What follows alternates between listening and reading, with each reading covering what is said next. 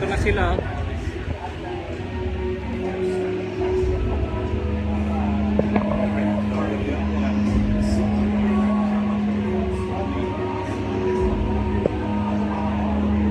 Ayan.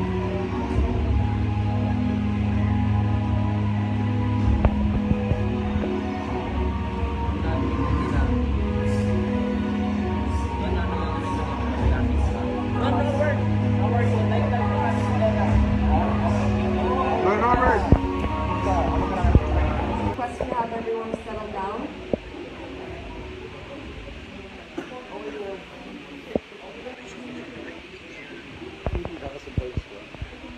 It's premiere night with last night. Everyone, The conference is ongoing. magandang tanghali goodbye and welcome to the press conference of Maid in Malacañang. First of all, we would like to thank our dear friends from media, press, and influencers for making time today. Seriously, thank you all so much. First of all, the movie we are all here for, which will be shown not only in history as it recalls fateful moments and events from February 1986. But more than history, it is a story about family. The Marcos family saga that is intertwined with the Philippines' past as it is with its future. As the son of the father is now the newly elected leader of the entire country. It is now time to tell their story. And this story is the biggest, most ambitious, and controversial movie of 2022, Maid in Malacañang. This special red carpet premiere of Maid in Malacañang is presented to you by Viva Films and Fox Cinemas. Special thanks to the Filipino Academy, Philippine Supermarket, Classy Mixed Fashion LLC, Global Maritime Consultants Group Dubai, Alliance of United OFWs, Hirsch Medical Center, LM Exchange, NPQ Travel and Tourism LLC, Pullman Hotels and Resorts, last but not least, The Face Shop. We would also like to thank our official media partners, the Global Filipino. I would like to repeat that the Global Filipino Magazine, UMG UAE, Pinas TV, J. Ronski Channel, T-Bon Productions, Jeffrey Farina's Blog, and Serrano Vlog, Katak Pinoy, Siklab Pinoy, Sabi ni Donna, Ben's Crew. I'd also like to input that Maid in Malacañang is rated PG-13 by the UAE Media Regulatory Office. Alright, I'm not going to make you guys wait any longer, so let's introduce the cast and the director of Maid in Malacañang, Cristine Reyes. First, she is one of the brightest stars of her generation and a multi-awarded actress who won Best Actress at the 40th Oporto International Film Festival in Portugal for her performance in Viva Films' dark thriller movie On True. She also starred in numerous TV series and movies such as Encounter, Maria, and many more. Today she's here with us, playing the role of Senator Amy Marquez. Let us all welcome Cristine Reyes!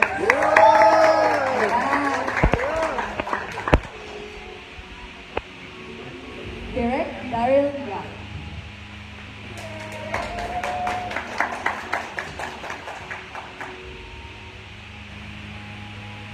Direk, Darryl, and of course, behind this spectacular movie is a great mind.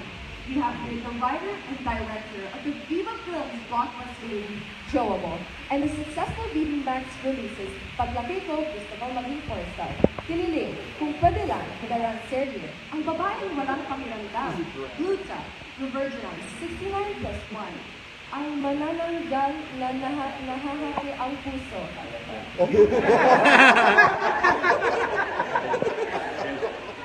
Sarap Mong Patayo, and Barubati.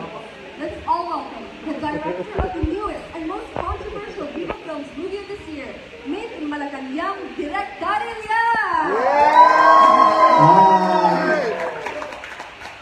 Okay, so I would like to interview them. I'll be asking you guys one question. I'll start with ladies first, of course.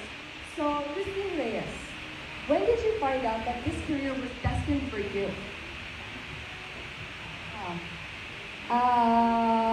June. Yeah, just 2 months ago. Yeah. Last May. Just 2 months ago.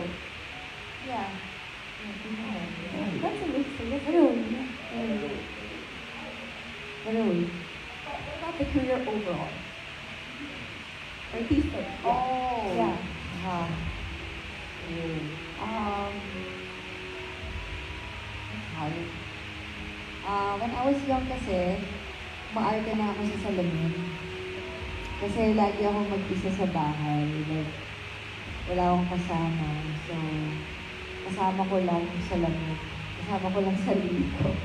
So, I guess din nag-start yun. Tapos, I don't know, siguro nag-start din because my mom was an actress as well. Short, period lang of time. And then followed by my two sisters and my brothers. Yeah. Thank you so much, Cristine. And I mean, like, if you idolize her answer a lot, actually, it shows that when you are alone, most of the time, you really do find out what you're destined for. You find out like things you believe in, and you learn so much more about yourself. So, thank you so much. Round of applause again for Cristine Reyes. Now for Direk, I would like to ask you, what is the best career advice you've ever received? The best career advice I've ever received, well, to stop. That basically, that advice to stop what I'm doing is the best advice.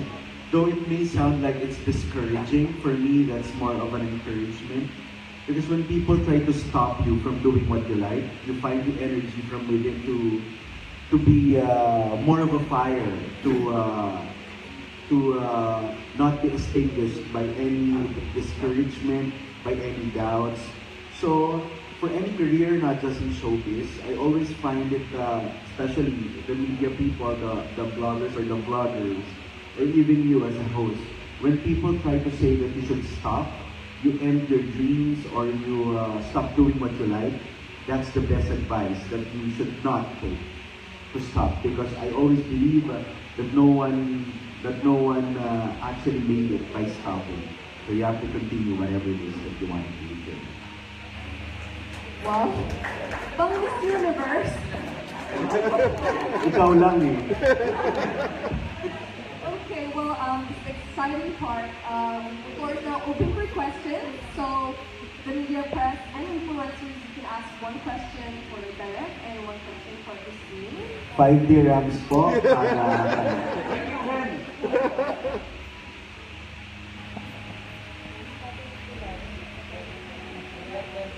Clear it. I don't have a microphone with me. Do I need a microphone? I'm sure I need it, right? Okay, so no need for a microphone. Direk. Okay. Good morning, Direk, and good morning to all the people in the media industry here. Direk, I don't have the intention of becoming a porn star, but I'm enjoyable in the real sense of the word. I had the opportunity of watching the movie last night at the advanced screening, so I'd like to thank Sheila for that. And I'm really impressed with the way you presented the story. After 36 years, the Filipinos finally would see the other side of the story. And a film of that magnitude, I consider it as a masterpiece, considering that you have to take into account a lot of things, especially the controversy and the Philippine history as well. How long did it take you to work on the film, Direk? From script writing, casting, shooting, until the final work ready for showing. Thank you. I was advised by Viva. Actually, this statement is included in an NDA or a non-disclosure agreement, but I don't care about it anyway, so I'm gonna talk. I wrote the script for 2 days. Wow. Yes, I'm a fast writer, I'm a fast director. We made the film in 10 days. Wow. Cristine knows it.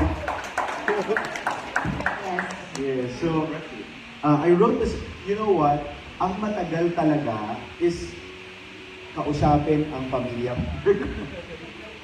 Mas matagal ko pang silang kinumbinsin to do the film than writing it. I'm a fast writer. I already know what I want to show. I've been with Senator Aimee for like 6 months already, and you know, gauging her in most of her talks and most of our talks, the personal talks, you know, it's very hard for the Marcoses to open up something that is about a traumatic part of their life. whenever I sit down with one of the Marcoses, inevitably tears will fall, and the emotions were just so overflowing. You know, the process would be the very difficult part is getting all the facts. Writing it was so easy. Directing it was so swiftly done because I have a roster of fine Filipino actors. You know, when Senator Aimee finally said yes, she already said, if I'm going to say yes, it should be Cristine Reyes. And I'm sure sa mga nakapanood, alam nila kung bakit. Yes! So, Wow. so those were all the only things that I have to put into consideration. Imelda Marcos would want Rufa Gutierrez, and Senator Aimee Marcos really wanted Cristine to play her. You know, it's not hard for you to make something if it is about the truth. No, it's not hard to write about the truth. Truth is always relevant no matter how many years it has been tried to be buried. Laging mabilis, laging epektibo, at laging napapanahon ang katotohanan. I always find it very easy to write about the truth. Because sabi nga nila, pag nagsisinungaling ka, sobrang hirap ng consistency, sobrang hirap ng kailangan mong mag-memorize at magsaulo. Pero pag nagsasabi ka ng totoo, napakadaling magsalita. Ganun din pag magsulat. So I always believe that when you are fighting, writing, filming about the truth, it's gonna be a breeze. And given the blessing of Viva to cast Cesar Montano as Ferdinand Marcos, his son Diego as Bongbong, Rufa as Imelda, the three Yayas, you know, Carla Estrada, Elizabeth Oropesa, and Beverly Salviejo, together with Caldelino and Kiko Estrada. And of course, the magnificent performance of Cristine Reyes did all the job. So it's not a monopoly, it's about them also. Thank you.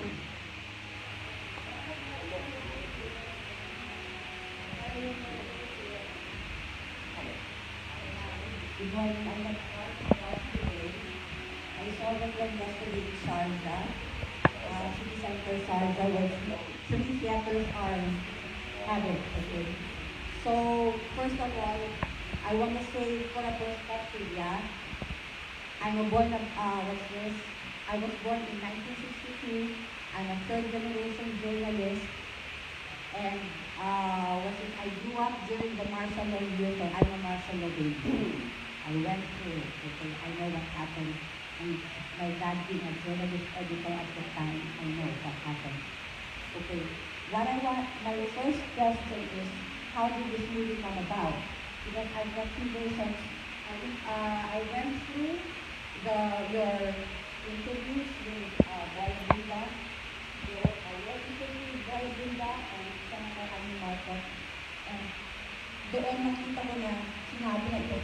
It was towards the end of the campaign that, you know, papaano ka, wala accident then, and, you know, you became curious and you now, Senator Aimee Marcos for, you know, what happened. And then yesterday somebody told me, no, it's because every year since 1986, the loyal Malacañang household members have been having their annual reunion at the Marcos Ancestral House in San Juan. So I want to know how this movie came about, so that I will be able to also write in a proper perspective the news article that I'm about to submit to God today. Yes, so plainly, ma'am, both of the stories you've learned are both true.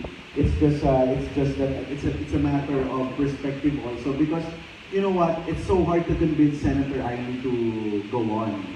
When, to tell you all honestly, aside from being a director, I'm a marketer as well.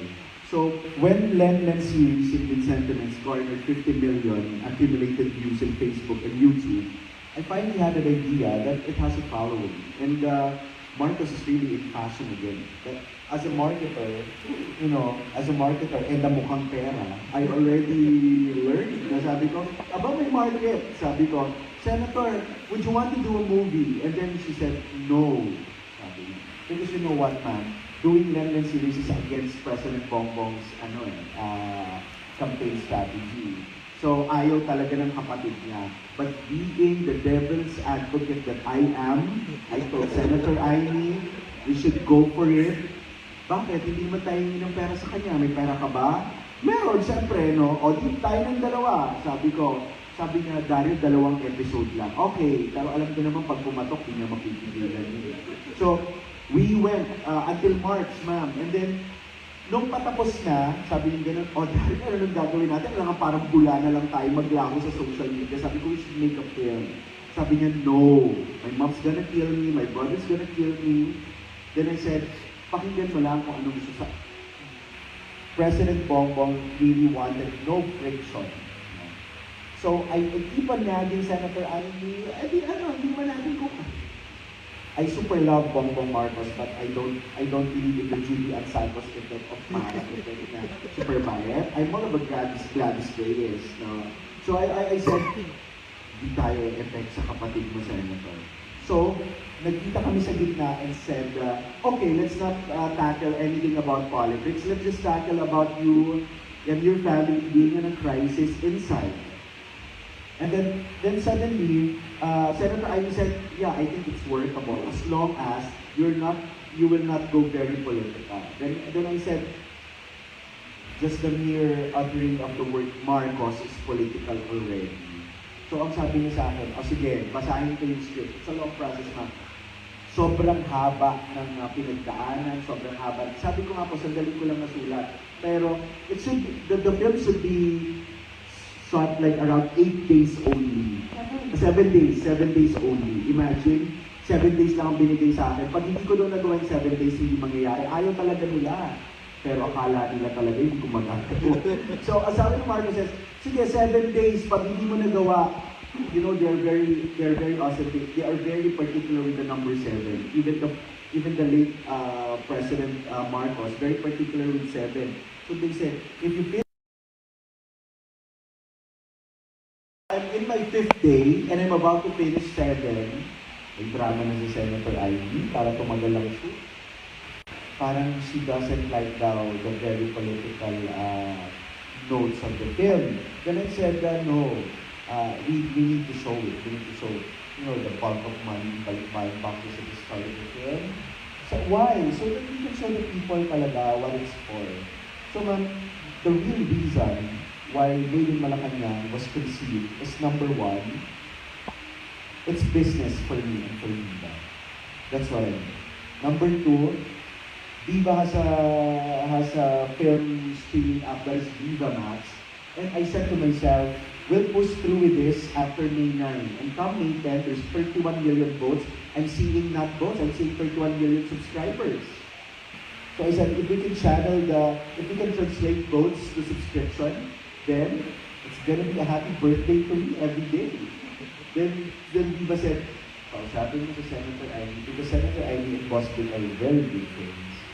They've been producing Metro Pop, Himala, Olo Plata Mata, and all other anti-Marcos things. So, yes, number 1, it was out of my pangungulit to Senator Ivy. And her question, what comes next after Lemon? And second, it was really a business decision. And I guess both purpose served it well. I mean, business-wise, we are 330 million in total gross in the Philippines. And up until now, Senator Amy Marcos is the most Googled political personality in the Philippines. Yes.